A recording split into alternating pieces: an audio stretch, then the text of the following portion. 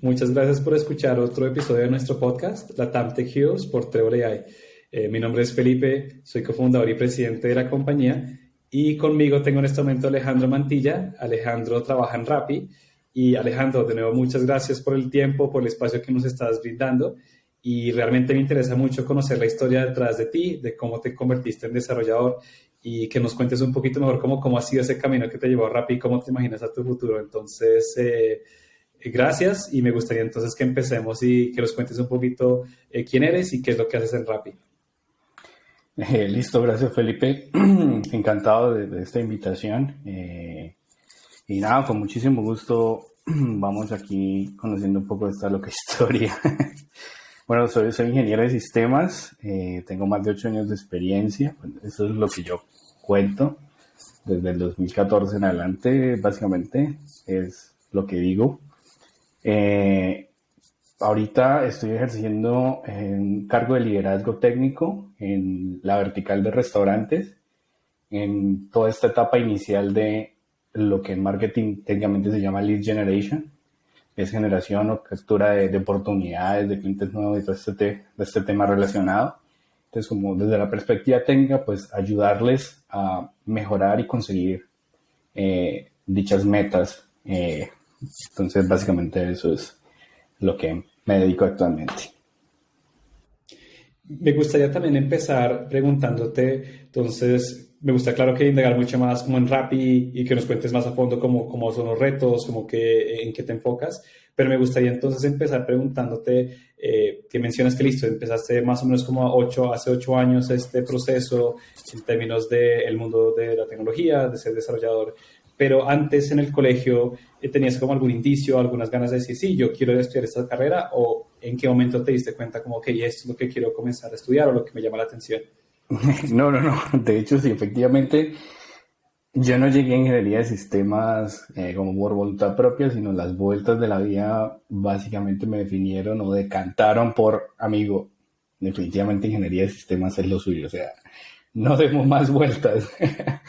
No, bien atrás, la verdad fui bastante afortunado.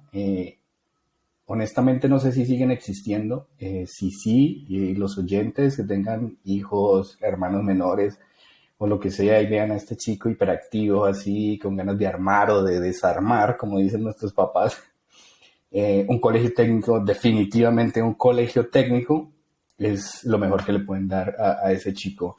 Yo estudié en el Instituto Técnico Superior de Zapata de la ciudad de Bucaramanga. Yo soy de Bucaramanga, todas estas. Y este colegio es técnico, y ahí viví los 6 años de experiencias tanto con buen nivel educativo, literal academia formal, como esta otra maravillosa parte que iba a contrajornada, o sea, todo el día era completo de partes técnicas. Entonces, ¿qué son partes técnicas? Mecánica industrial, metalmecánica, forja, electrónica, sistemas de computador, dibujo técnico. Entonces, básicamente, desde cuando uno está formando su ser como aquel adolescente que va creciendo, ya está rodeado de esta parte práctica de la ingeniería. Obviamente la ingeniería es la formalidad de los números y detrás de las verdaderas cuentas, pero uno está untándose ya como de la parte aplicada. Y definitivamente cuando yo salí del colegio, en mi cabeza solo decía, quiero que al lado de mi nombre diga ingeniero. El pequeño detalle, y todos sabemos, y es de conocimiento público, es que ingeniero, hay esta vía y la otra de temáticas, especializaciones, enfoques. De hecho, el país creo que no es de los principales en que haga el ingeniero generalista. Creo que en Europa sí es conocido, pero acá no, es muy específico y de pronto un poco el ciclo básico, y aún así no, porque yo pasé por ingeniería de industrial a sistemas y me sobraron un resto de materias que hacían parte, o yo creía que hacían parte del ciclo básico de un ingeniero y no. Entonces, pero bueno, perdón, Sí. me estoy yendo más allá. Del colegio me gradué de la especialidad electrónica. Creo que podría decir que soy ingeniero electrónico frustrado porque me encantaba. Mis respetos para los que lo son y son capaces de ir desde nada a un diseño de un componente, etcétera. pero al final no fue lo mío y por eso yo dije, bueno, ya que me esta etapa en el colegio, definitivamente no para la profesional, pero ya la quemé, la conocí, pues terminé viendo derivadas y unas temáticas de primer semestre de cualquier ingeniería en el colegio y yo, ok, esto está, está pesado. Entonces dije, no, Sí. vamos por otro lado. No sé si me hace. Entonces fue como en el colegio donde dijiste como listo, muchas de las clases eran como técnicas y tenían como, por decirlo así, te dieron como estas habilidades donde tú dices como, o por lo menos no habilidades, sino como interés, como en la parte Correcto. técnica, como, hey, curioso, listo. Y entraste a la universidad, entonces dijiste, quiero empezar por ingeniería industrial, me mencionaste, y después electrónica y después sistemas, o No, no, cómo fue ese no. salto. Pues entonces resulta que uno con 16 años no sabe mucho de la vida, ¿no? Entonces había quemado esta pequeña etapa, como les menciono, electrónica, y yo dije, bueno, sigamos con una ingeniería, eso está claro, pero entonces hace un primer filtro, nada de licenciaturas, medicina, nada. Listo. Y ahora me enfoco yo en esta temática y definitivamente no sabía qué hacer. Entonces mi padre, pues es ingeniero industrial de la UIS y allá me presenté porque aparte nosotros recibimos una educación de calidad en ese colegio y era casi un trámite pasar a la UIS. Es una universidad pública, una de las mejores del nororiente colombiano. Hay que presentar examen y todo, pero en serio el nivel nos daba como para pasar. O sea, yo creí que no los iba a volver a ver. 6 años con ellos y entro el primer día del enero del 2007 en la bienvenida de los nuevos estudiantes admitidos y como el 60 o 70% del colegio allá, yo, ¿qué onda? Pero bueno, entonces yo dije, no, mi padre, pues, he sido afortunado en mi vida, entonces mi padre nos dio un buen ejemplo y nos daba una buena vida. Entonces yo dije, en últimas, ingeniería industrial ofrece algo llamativo para el mundo profesional y de hecho era una de las más solicitadas. Se presentaron, si no estoy mal, más de 300 personas, solo emitieron 90 y pues pude pasar, pero estaba tan perdido que yo le solicité a mi papá que por favor me pagara el doble admisión, o sea, la doble evaluación de formato. Y me presenté en ingeniería química, cuando les digo todo. O sea, mi segunda opción, si no Wow. pasaba, era ingeniería química. Sí. Entonces, definitivamente, no había más un futuro claro ahí. Pero afortunadamente ingresé a industrial. Y creo que ahí es donde empieza a ponerse divertido. Eso fue en el 2007 al 2009. Fue donde la vida empezó ya a darme señales. No sé si me vas a preguntar algo. No, sí, sí, sí. Entonces, si quieres continuar, entonces, ¿cómo te comenzó a dar señales como de sistemas, de ingeniería? Ah, no, Eh, electrónica. no, la electrónica al final la dejé del colegio y por eso digo que los admiro y los respeto infinitamente, los que se dedican a eso, mis respetos. Eh, las señales que me dio fue, lamentablemente como es una universidad pública, empezaron a hacer ciertos paros y demás, se fue corriendo el semestre hasta que al final en el 2009 se cancela definitivamente un semestre que ya iba corrido. Entonces, en términos calendario, estaba cerca de perder un año de educación, calendario, ¿no? Semestre. Entonces, mi padre en ese momento otra vez vuelve a aparecer y me dice, estaba de docente en el CENE, me dice, venga, usted siempre ha querido o siempre le han gustado todo este tema de computadores y demás, porque otra de las partes que recibí del colegio fue que nos enseñaron AutoCAD en dibujo técnico y yo hacía medio tiempo dibujándole planos a un ingeniero civil que es mi tío, le decía planos arquitectural y todo, pues traspasando lo que ellos diseñan, literalmente estaba solo dibujante. Entonces siempre estaba todo el tiempo en el computador, cacharreando, como decimos popularmente, cacharreando que una cosa, que la otra, que instalando, que formateando, para mi Sí. consumo, ni siquiera era como trabajo, sino para mi consumo, mejorando mi ambiente de trabajo. Y me dice, pues que le gusta tanto de eso, porque no se mete a hacer, no lo que es muy popular conocido como que si uno se mete a sistemas o alguna vaina es para arreglar computadores. No, mi papá sí me dijo, ¿por qué no hace el software? Hay unas Mm. ofertas en el SENA, que él estaba de profesor, y me dijo, hay unas ofertas de sistemas, no sé cuáles son, vaya, revíselas. Y yo llegué allá, veo la oferta pública y literalmente apareció una vaina yo lo recuerdo, claramente no fue así, pero yo lo recuerdo como esa cancioncita de Ángeles que en un letrero y brillante decía técnico en programación de software. Ese técnico no tenía desperdicio, o sea, era una tecnología pero no tenía desperdicio, era técnico en programación de software. No había más, no había que inventarle nada, nada. Muy específico. Yo dije, no pienso perder un año calendario de mi vida, vamos a hacerlo mientras tanto. Además de ciertos beneficios que tiene uno como estudiante del SENA, que recibe una cierta parte por patrocinio, por temas financieros, entonces me van a pagar por estudiar, eso suena aún más magnífico, o sea, Sí. genial. Y nada, definitivamente ahí entré, conocí ya un poco más a fondo la programación seriamente, y eso que nos enseñaron con visualbasic.net, que era como el más sencillo, como el no hardcore para la gente, pero no, enganchadísimo con lo que pude empezar a hacer con mis propias manos, que se veía un software, un producto final y que la gente lo podía usar. Entonces ahí de una vez quedé enamoradísimo.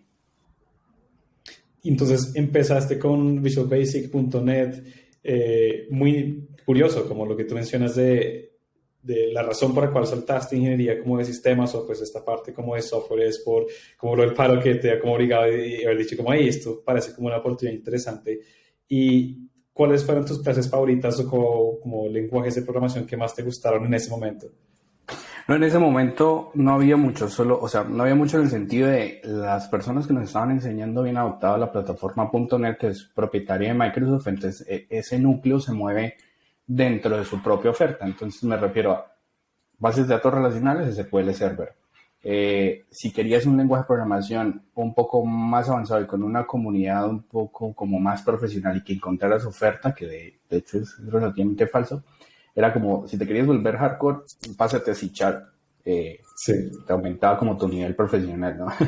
Pero visualbasic.net pues era una sencilla sintaxis, era muy amigable para empezar, ¿no? Me pareció bastante idóneo, pero en términos generales pues estabas, entre comillas, limitado, pues muy extensa, pero estás limitado al framework.net, a lo que ofrece esta herramienta propietaria.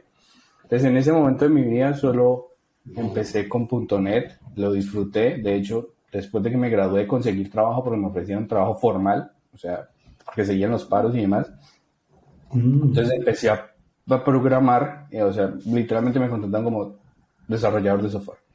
Entonces, eso es otra parte afortunada de mi vida y es, yo nunca he trabajado en otra cosa, o sea, mis trabajos, mis cotizaciones a fondo de pensiones y demás, como dice, literalmente dicen por concepto de programador de software, desarrollador, como lo quieras decir, desde el minuto cero que fue en el 2010, que empecé a trabajar como programador de software en .NET y en ese momento también usaban, o sea, estaban tratando de salir de la plataforma legada de ellos que estaba hecha en Access, por ende el software que está detrás, el lenguaje de programación que está detrás de todo Office a día de hoy sigue siendo Visual Basic for Application, es una versión más antigua que visualbasic.net.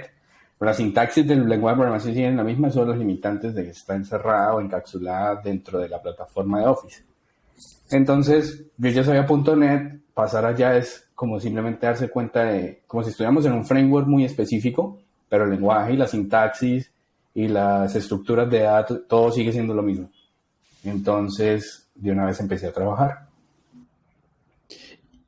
Pero mira que me impresiona demasiado que como todas las habilidades que has tenido, como hacer planos en AutoCAD, luego también ingeniería industrial, una parte adicionalmente que te haya gustado electrónica, luego inmediatamente saltaste como esta parte de programación, te gustó, le diste como mucho, sí, como mucho apego, viste como software y inmediatamente también empezaste también a trabajar.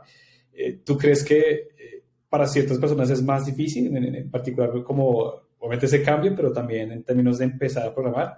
¿Cómo fue para ti esa primera experiencia de aprender a echar código, como dicen? No, o sea, yo no le encuentro o sea, no le encuentro el sentido a cuando dicen dificultad, o sea, una dificultad palpable. Lo que sí es que no todos tenemos la misma capacidad de análisis o pensamiento sistemático y de pronto ahí es donde digan, no, es que esto no va conmigo. Pero así que digan, es que es difícil, pero si usted quiere hacer código, picar código, reúna ciertas estructuras de control que están súper escritas y casi todos los lenguajes comparten y podrías picar código y sacas algo funcional. Pero que tu cabeza haga clic ese pensamiento del por qué, cómo y cómo llegué allá y qué quiero conseguir, de pronto es donde empieza esa dificultad. Pero por la misma hay lenguajes que su misma naturaleza ayudan a generar esa emoción y ese enganche, tipo Visual Basic, Python, que otro yo considero que es muy amigable, inclusive para gente que no tiene nada que ver, porque en el transcurso de estos 12 años, porque eso fue en el 2010 a hoy, me he encontrado con gente que, o sea, de otras carreras y de una u otra forma hemos estado picando código, haciendo correcciones, sacando scripts pequeños, y Python, entre comillas, para este tipo de perfiles es uno de los mejores amigos. Pero sí, ya dedicarse profesionalmente, la dificultad está más como en adquirir esa criticidad mental o ese pensamiento sistemático. Ahí sí, de pronto por ese lado sí iría el tema. En términos de explicar código, todos lo podemos hacer.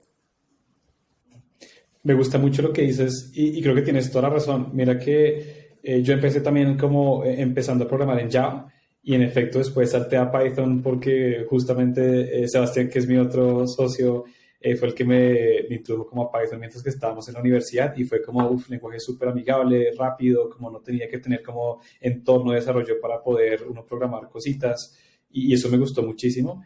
Y también me gusta mucho que mencionas que en últimas las estructuras, como lo que dices tanto de control, son repetidas en todos los lenguajes de programación, ¿no? Entonces, en últimas, que es algo que yo siempre he pensado, aprender a programar es aprender a pensar, ¿no? En cierto tipo de, como en cierta estructura. Entonces, casi que uno puede después transferir esos conocimientos de, hey, sí, un if es el mismo if en otros lenguajes, entonces sí En tengo como Excel. la teoría.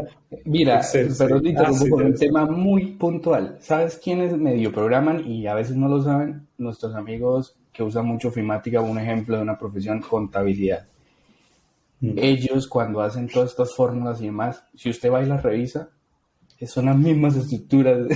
Y entonces estás programando, amigo, acabas de hacer una función. Mira, si este Sí. caso y si no el otro, y reemplaza el valor. Pero es simplemente como de velar o desvelarle, hey, desmitifiquemos esto, que ya lo estás haciendo de manera natural.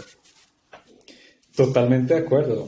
Sí, que creo que es muy, muy correcto también lo que dices.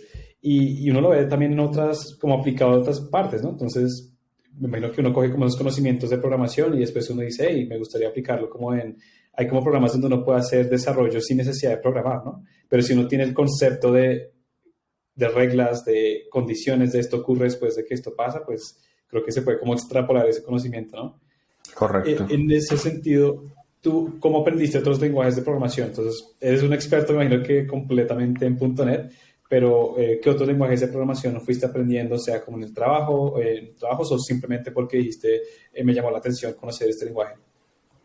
Bueno, en realidad ahora no soy un experto de .NET. En ese momento sí estuve enganchado como hasta el 2012, duro.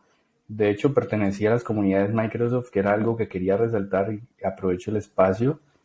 Esa oferta que hace Microsoft de ese acompañamiento, claramente con fines de dar a conocer su plataforma, pero ese apoyo que le dan a las comunidades es magnífico y creo que quería ser algo en el que todos estemos involucrados, no necesariamente únicamente .NET, pero quería hacer esa aclaración, sí.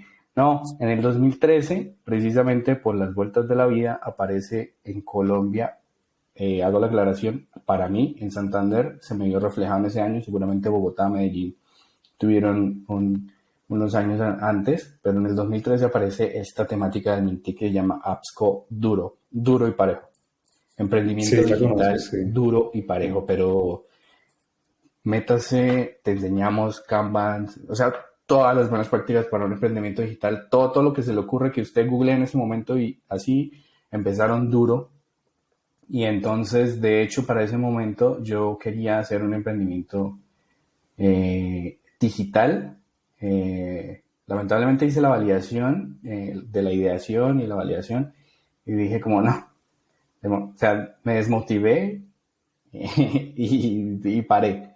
pero en términos generales lo que me ofrecieron para poder llegar inclusive a esa conclusión, que no necesariamente es algo malo, sino ayudé a despejar mis propias dudas, fue duro y ahí empecé yo a trabajar con PHP, que era la web, porque yo hago la otra aclaración, en .NET estaba trabajando netamente desktop, o sea, puras aplicaciones para escritorio, sistemas de puntos de venta, todo ese tipo de cosas que van instaladas en un sistema, crear instaladores, bueno, y toda esta vaina, y me pasó a este maravilloso mundo de la web que es aún más extenso, y empecé con PHP porque pues, es uno de los lenguajes de programación más populares para la web, más, o sea, con mayor documentación, grandes comunidades, y yo dije, bueno, no me voy a poner a reinventar la rueda, y habían frameworks súper bien documentados, inclusive WordPress, pero no me malentiendan, no de crear tu paginita web de instalar un template, sino a programar dentro de WordPress, hacerle widgets, hacerle interfaces dedicadas a programar. Él permite y tiene tremenda documentación para programar su producto en WordPress. Entonces me puse a montar todo eso y a la par, en el 2014, apareció a nivel mundial, que viene del 2009 arrastrado con la creación del motor de Node.js, pero del 2009 al 2014 me llegó la ola de Node.js. Entonces, entre el 2013 y el 2015 fue la dupla PHP-Node.js como bajo demanda, pero si te fijas sigue siendo JavaScript y ya venía usando JavaScript para la parte de frontend, entonces estaba esa relación y esa era como mi dupla de trabajo. Y entonces fue como a través de apps.co, más que tú dijiste, listo, quiero lanzar este emprendimiento, que después dijiste, no, quiero hacer otra cosa, que conociste PHP y también al mismo tiempo fuiste conociendo Node.js como esos dos lenguajes. Correcto, entonces como los admiro y los respeto a todos los co-founders que nos estén escuchando, eso es tremendo trabajo. Yo dije, voy a decantar a enfocarme en la parte técnica. Entonces durante todo ese tiempo desistí de mi idea y estuve participando en el lanzamiento de muchos MVPs, tratando de ayudar desde la parte técnica y al mismo tiempo iba creciendo yo como profesional en tecnología. Por eso empiezo a contar mi experiencia laboral moderna del 2014, honestamente, que empecé a conocer toda la web, parámetros, REST, API, etcétera, etcétera, etcétera. Podemos hacer una lista gigantesca de todo lo que hay que saber. Para mí fue mágico que, ahora que tú mencionas PHP, que cuando yo también estaba en la universidad y también quería aprender un poquito por mi cuenta, cuando pude como recibir un request como del servidor y mostrar una página como un HTML, aunque sea sencillita, eso fue como, uff, no puedo creer que esto sea verdad. Porque yo vi un poquitico de HTML en el colegio, pero eso es como muy básico, ¿no? Como que le dicen a uno, haga su página web, pero es un archivito que uno le da doble clic y lo ve en el navegador y ya. Es chistoso. Entonces, te quería entonces preguntar lo siguiente. Entonces, fuiste como adquiriendo experiencia, listo, ya sabes, .NET bastante, te gustó la parte de Node.js, de PHP, ¿y qué pasa después? Digamos que saltaste a Rappi o antes de Rappi, ¿cómo fue como ese proceso también de tu vida profesional? No, ahí en esos años subsecuentes hasta el 2018, literalmente febrero del 2018, o sea que 2010, 15, 16, 17, estuve enfocado en Node.js, empecé a dejar de lado PHP porque Node.js casi siempre viene de la mano con la otra maravillosa dupla del almacenamiento de datos no relacional. Entonces empecé a conocer Mongo y demás, que es todo un paradigma. En ese momento era tremendo cambio porque venimos de inclusive la universidad, que te enseña toda la formalidad, las relaciones, normalización de datos, bases de datos relacionales, y aparece esto de la nada y siempre nos las han vendido así como que es la dupla perfecta, son los amiguis. Node.js con NoSQL. Sí. Entonces estuve todos esos años hasta el 2018 y ahí en el 2018 aparece Rappi, literalmente haciéndole una risita a su propio nombre. Me contraté de una manera absurdamente rápida. Yo ya estaba en un proceso para Medellín, que había empezado en el 2017, pero era una empresa medio, ¿cómo decirlo?, tradicional. Entonces tenían sus tiempos demorados, o sea, cada etapa. Es más, me acuerdo que me hace reír todavía que tuve 2 o 3 no, 2 entrevistas en inglés. ¿Por qué? No sé, pero eran 2 Sí. específicas en inglés. O sea, los requerimientos eran de inglés, los pude pasar, pero me dio risa que hicieran 2 consecutivas. O sea, ¿y esto qué implica? Tiempo, calendario. Entonces, de la nada, ahí hice la investigación y literalmente el 5 de febrero del 2018 aparece rápido en mi LinkedIn.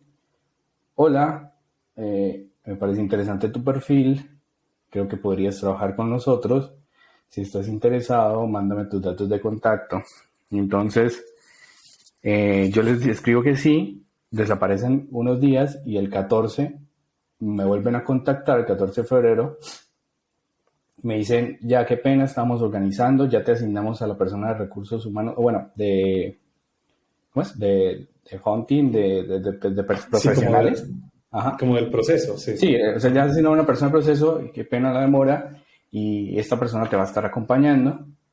Esa persona me escribió ahí mismo y me dice, hola, el siguiente paso, que a propósito es bastante estándar en las empresas de tecnología modernas, tienes que hacer una prueba HackerRank de estructuras de datos y lógica de algoritmos y demás.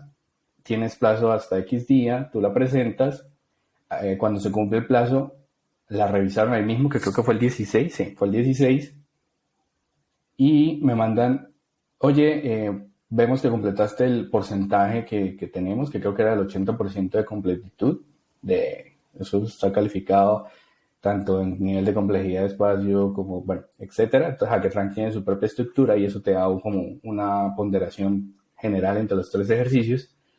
Y el siguiente paso era una entrevista técnica. Si no estoy mal, fue el 20, sí, el 20 de febrero me citan unos empleados ya de Rappi, me hacen una serie de preguntas que inclusive fueron de Node.js.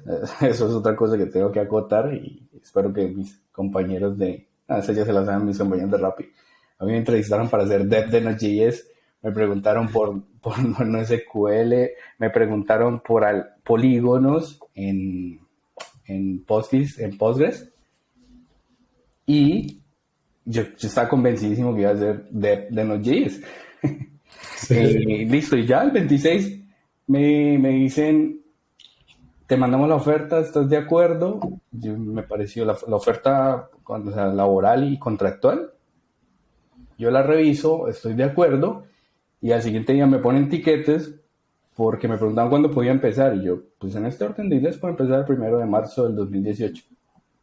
¡Pum! Me mandan los tiquetes, ya tienes acá, vas en un proceso de onboarding que es presencial en Bogotá, y te vienes para acá un mes con todo, obviamente todo pago, y yo, bueno, o sea, fue en pocos días, mientras el proceso en el que venía antes llevaba como 2 meses, eh, y cuando yo ya había recibido, o sea, yo ya había recibido la oferta laboral y llegaron ellos también con una oferta laboral y yo, no, amigos, ¿qué estamos haciendo?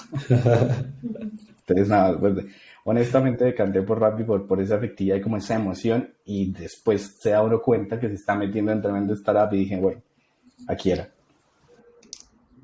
Y creo que le pegaste magnífico y obviamente como Rappi sigue creciendo, es una locura, es súper impresionante. Pero también lo que también me genera a mí la duda es, a ti siento que te fue como demasiado bien en las entrevistas de entrada, entonces fue como listo, te presentaste, funcionó, te mandaron una oferta, te fue como un muy buen puntaje en HackerRank. ¿Qué crees que fue esas habilidades que te permitieron como inmediatamente, como dicen en inglés, como ace the interview, como pegarle inmediatamente la entrevista? Porque yo siento que habrán personas que dicen como, oh, yo también quiero ser parte de Rappi o otra startup que esté en alto crecimiento. ¿Qué crees que para ti funcionó para que en el momento que te presentaras fuera como listo? Pum? Fue el background de los últimos 3 años consecutivos de andar en el mundo de las startups. El mundo de los startups te va a dar un nivel de crecimiento monumental porque, o sea, vaya ni siquiera a una charla, o sea, no sé cómo lo tomen nuestros oyentes, pero ni siquiera vaya a una charla simplemente como con estos gurús. Vaya, métase a donde está la gente, la acción, como le digo, en ese momento era AppsCo, de los verdaderos emprendedores que quieren sacar esas locuras y uno a veces se queda diciendo como usted que se quiere inventar, amigos. Entonces, listo, si uno se compromete en ese asunto, tiene que tratar de materializarle a esa persona y definitivamente sí o sí vas a aprender unas cosas. Por eso te digo que no me sorprendió que me hablan de polígonos porque en ese transcurso de ese año yo ya había estado viendo unos polígonos de disponibilidad para una empresa que quería eh, alquilar parqueaderos privados en zonas congestionadas, o sea, en los centros tipo Bogotá, en Chico Norte, aquí Medellín, El Poblado, o sea, tipo empresarial congestionado, donde están todas, y quería darle como ese ingreso plus a los propietarios que tengan un parqueadero disponible. Con eso era que querían. Entonces, ¿qué implicaciones tiene? Así, indiferente si te gusta o no la temática, ponte a pensar cómo materializas eso. Entonces, polígonos de disponibilidad. Y para algunas personas va a sonar aquí obvio, pero tienes que ponerte a leer cómo montas unos polígonos y con qué herramientas y dónde los almacenas. Entonces, yo creo que eso fue, entre comillas, la suerte que tuve o la fortuna, porque Rappi en ese momento estaba expandiéndose brutalmente. Entonces, creo que vieron en mí que ya tenía ese nivel de experiencia y como que no iba a ser como tan loco que yo me adecuara a lo que estaba haciendo, a lo que estaban haciendo ellos, porque cuando yo entré, hasta ahora se estaba abriendo Argentina. Entonces ni siquiera Uy, estábamos en los 9 países que estamos hoy. Entonces, creo que por ahí fue eso que mencionas. O sea, yo estoy totalmente de acuerdo, he sido muy afortunado, pero creo que fue eso lo que vieron, porque ya el mundo de los startups te va a dar un crecimiento grande. totalmente de acuerdo, totalmente de acuerdo. ¿Y cómo fue para ti esa experiencia de voy a viajar, me pagan el onboarding, voy directamente a Bogotá, empiezo con una startup como de altísimo, como growth y crecimiento que quieren acelerar en muchos países de Latinoamérica? ¿Cómo fue esa experiencia y qué pasó después?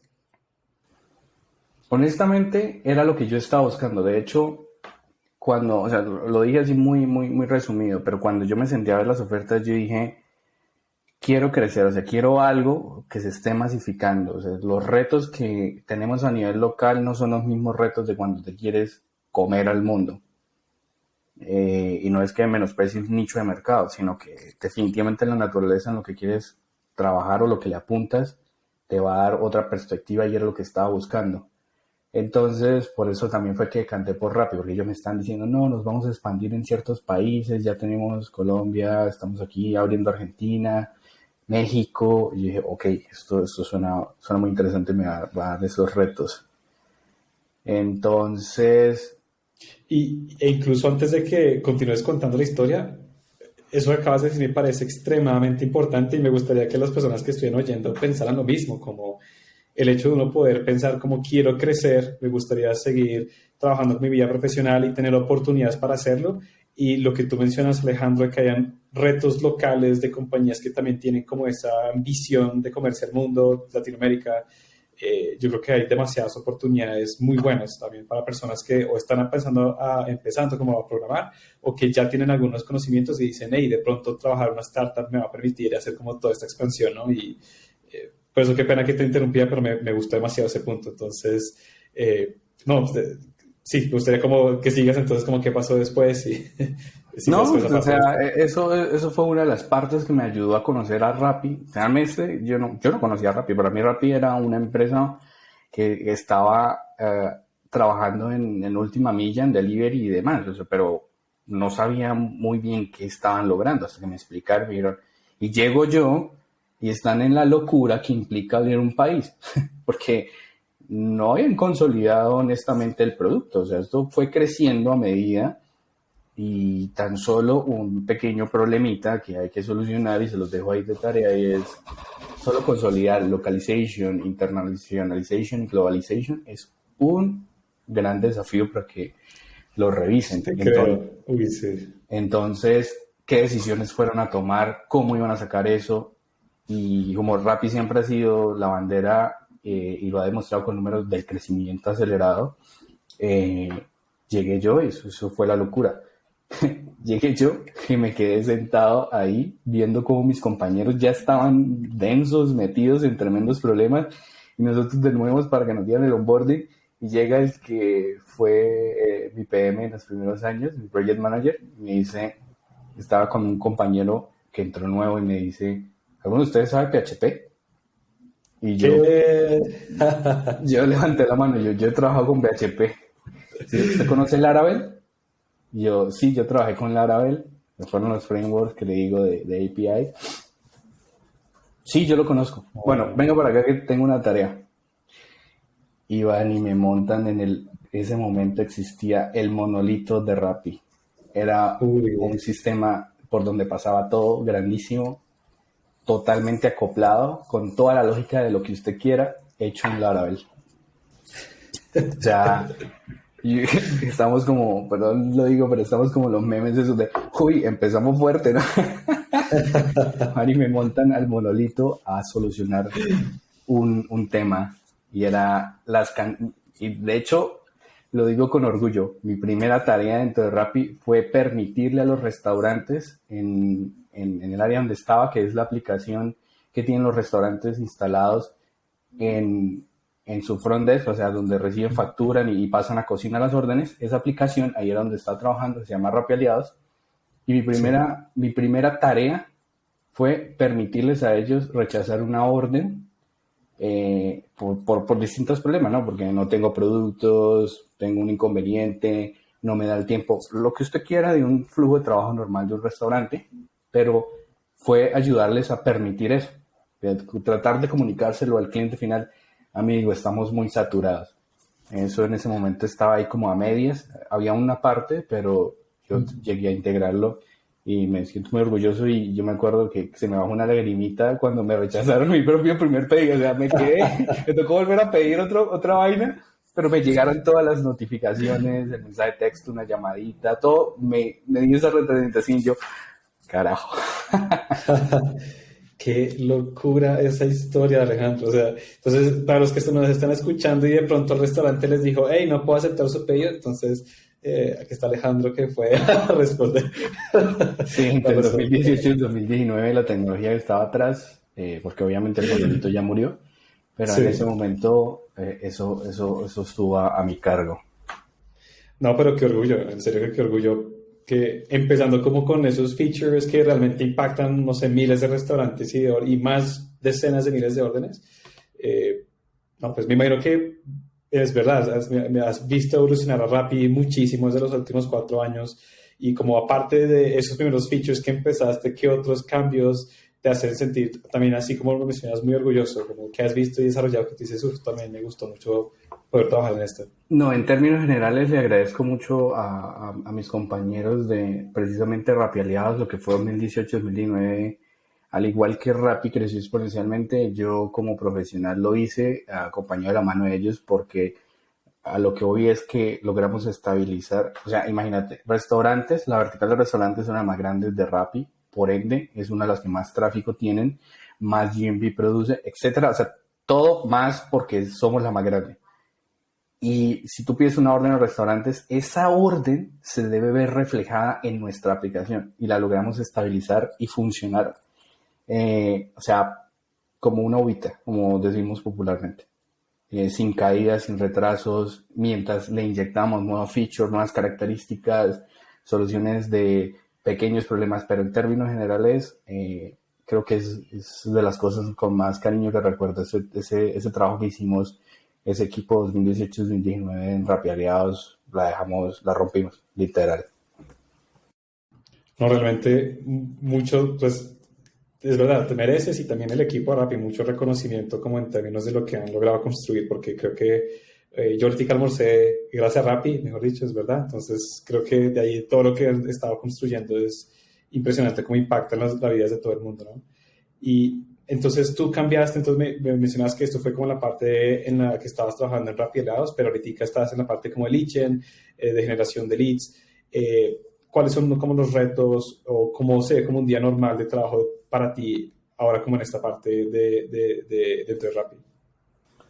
Bueno, sí, claro, en ese momento pues estaba más en el día a día duro de ser developer, de features, de bugs, de tracking y despejado de la problemática de producto, o sea, que me tomen a mal señores de producto que están escuchando, pero de definir o aterrizar una idea de qué quiero conseguir a, bueno, qué va a ser técnicamente esto, o sea, qué va a representar en el código. Entonces, esa evolución natural espero que consideren que sea natural, de un desarrollador, cuando vas evolucionando y vas tomando cierto seniority y cierta autonomía para hacer sugerencias y demás. Ahorita un día a día mío es estar pendientes de los features más riesgosos, por decirlo así, estar pendiente de cantar lo que realmente merece la atención de un desarrollador, o sea, ser como un gateway, porque hay mucha gente que tira a todo y para eso están los distintos niveles de soporte, eso desde el punto de vista de soporte, hablar con la gente de producto que me van contando las historias nuevas, y recibir una que otra llamada de validación de integración entre sistemas, ¿no? Porque somos distintos equipos, entonces, ¿cómo te afecta? Si te afecta, tú estás acá, entonces vas charlando con los otros equipos. Obviamente, estar pendiente de mi equipo de desarrollo, ellos me escriben, yo les escribo, ole, no sé qué, tienen un problema, tenemos que charlar, revisamos. A veces me dicen, venga, si quiere conéctese porque tenemos un problema acá, y creo que es esto, pero a veces son simples validaciones, como a veces es casi que pair programming. O sea, desde una sencilla validación que y yo los entiendo porque yo siempre he estado ahí también, uno a veces se queda como, lo solucionó correctamente y dice, sí está bien. Entonces, y ya pasar la L y revisar mi calendario, básicamente. Genial, genial. No, absolutamente genial. Y entonces ahora, ¿qué es lo que más te gusta como la parte de trabajo? Sea el equipo, los retos como en programación, no sé, la cultura, ¿qué es lo que tú crees que es lo que más te gusta en este momento de trabajar en Rappi? De la verdad, lo que siempre me ha tenido acá enganchado y estoy muy agradecido es esa capacidad de poder tener el crecimiento que he tenido. O sea, he dado pasos, no ha sido así acelerados, he pasado de lo que ellos consideraban semi-senior, porque depende de dónde lo mires, están las clasificaciones, si no estoy mal, de Uber o de Google, que tienen engineer, software engineer X, 1, 2, 3, 4, bueno, como sea que lo quieras clasificar, he podido hacer una evolución, ahora estoy en cierto nivel en que lidero, ya llevo 2 años liderando productos dentro de la red, dentro de la vertical de restaurantes. Entonces, somos 10 cabezas en términos generales los que estamos liderando los distintos productos de toda la vertical. Y eso es como la principal cosa, es tener esa oportunidad de crecer, o sea, de que los méritos realmente se ven reflejados. Uno como persona y como trabajador necesita eso, si digan que no, claramente se demuestra y se entregan resultados, pero sentir que está generando impacto y es reconocido, a mí me parece bastante valioso y gratificante. Obviamente, eso va a la par con recibir más responsabilidades y pues, estoy de acuerdo. No, claro, totalmente. Y me gusta mucho esa respuesta porque entonces creo que, de nuevo, como habla de las oportunidades como de crecimiento que uno tiene como un startup de alto rendimiento, como con alta ambición, y precisamente me gustaría preguntarte, ya para cerrar, como qué consejo les darías a las personas que se quieren dedicar a software o a este mundo de desarrollo que nos están escuchando ahora. ¿Qué les dirías? ¿Qué podrías como aconsejarles para que pudieran meterse también en este mundo? Bueno, si ya definitivamente consideras que te puedes dedicar a esto, o sea, sacando el filtro de lo que hablamos al inicio del pensamiento y demás, sino ya definitivamente estás programando, el estudio continuo y la curiosidad y, digamos, estar sorprendiendo a la persona que tenga al frente con pequeñas cosas, tipo, me sentí anoche a leer que con este índice, a pesar de que tengan un experto en base de datos, que con este índice en esta tabla que estamos trabajando, es un ejemplo muy puntual, en esta tabla mejoramos la respuesta de X segundos, entonces si sumamos toda la latencia que involucra, bajamos 2 o 3 segundos en una respuesta. O sea, ese tipo de cosas, o sea, si tienes esa chispa que te motiva a seguir estudiando, mejorar, o sea, estás donde es y vas a crecer y vas a llegar lejos. Inclusive, sin miedo, y si son sus aspiraciones, puedes meterte a esas fans, o sea, aplica Facebook, o sea, lo que quieras, Google, sin problema, porque si ya tienes esta lógica de estructura de datos que es transversal, o sea, amigos, eso es transversal desde el startup más chiquito hasta Google.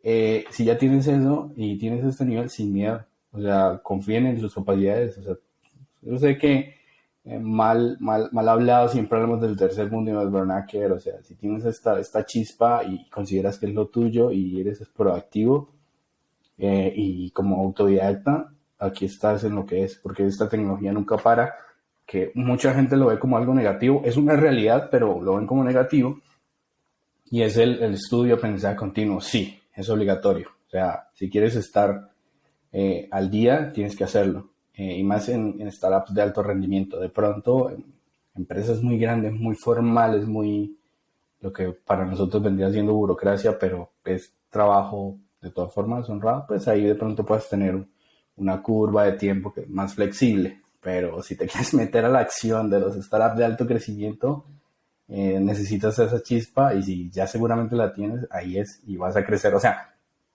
te van a hacer crecer porque también tienes una opción que fue como me pasó a mí. Esto es un guiño para Angelo Tamarones. Básicamente me dijo, o te empiezas a liderar este producto o te pongo a alguien por encima y no sé cómo te va a ir. Pues ya tienes el nivel de seniority, lidéralo, o sea, no pierdas más tiempo, vamos que vamos. Y yo, bueno, vamos.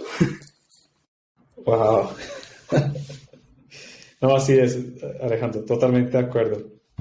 No, pues Alejandro, creo que este espacio me encantó. En serio que te damos de nuevo las gracias por haber participado. Tu historia es absolutamente genial, como otra muestra realmente de que si eres como un LATAM Tech Hero y que tienen que salir más, ¿no? De las oportunidades que existen, las hay, los retos las hay, y lo que tú dices, no somos como si cual persona del tercer mundo, no, tenemos retos increíbles para desarrollar, y el crecimiento que se ve de estas compañías que dan la cara frente al mundo, pues lo está demostrando. Entonces, Alejandro, muchas gracias de nuevo por el espacio, por tenerte aquí, y nada, encantado de nuevo de poder que podamos otra vez conversar en algún futuro. Sí, estamos en contacto. Nada, saludos a todos, mucha suerte y mucho pulso para todos los que están en esto, y que no, muchas gracias y muy honrado. Estamos hablando. Chao.